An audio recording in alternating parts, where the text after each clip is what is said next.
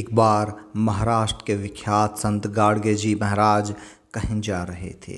रास्ते में उन्होंने देखा कि एक वृद्ध सज्जन अपने हाथ में चिट्ठी लिए हुए घूम रहे थे।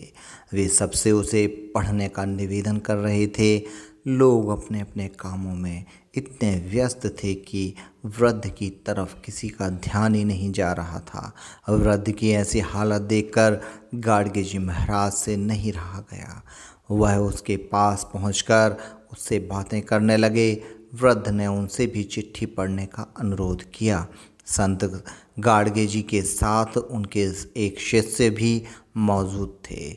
गाडगे जी का संकेत पाकर शिष्य ने वृद्ध को चिट्ठी पढ़कर सुनाई। चिट्ठी पढ़वाने के बाद वृद्ध जब गाडगे जी महाराज का धन्यवाद करके जाने लगे तो उन्होंने वृद्ध से कहा, बाबा, आप अपने घर के बच्चों को स्कूल भेजते हो या नहीं?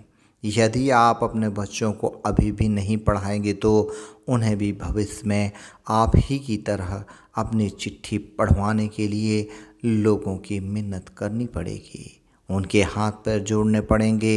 इतने पर भी पता नहीं कि कोई उन्हें चिट्ठी पढ़कर सुनाएगा भी या नहीं।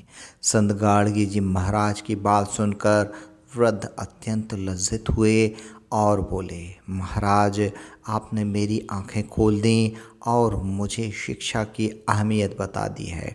मैं अब अपने बच्चों को तो पढ़ाऊंगा ही, साथ ही खुद भी पढ़ने की कोशिश करूंगा।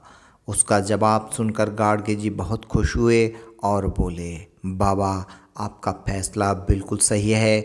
नेक कर्म तथा अच्छी चीज़ ग्रहण करने की कोई उम्र नहीं होती।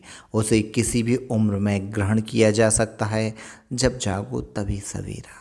यह कहकर उन्होंने उस वृद्ध को शुभकामनाएं दी और सत्संग करने के लिए चल पड़े। यह कहानी गंगा प्रसाद शर्मा जी द्वारा लिखित किताब से ली गई है।